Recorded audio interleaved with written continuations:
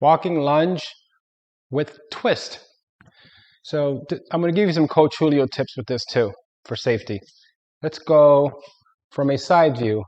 My arms will be overlapped, not crossed, leveled with my shoulders. And then I will step into a lunge. This is a walking lunge. I drop. I don't touch the floor with my knee. I would rotate or twist to the leading leg, as you can see, my left leg. Then I'm tall.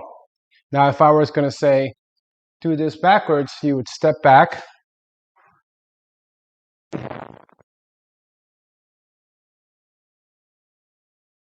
And that is the side that I twist. I show you a front view.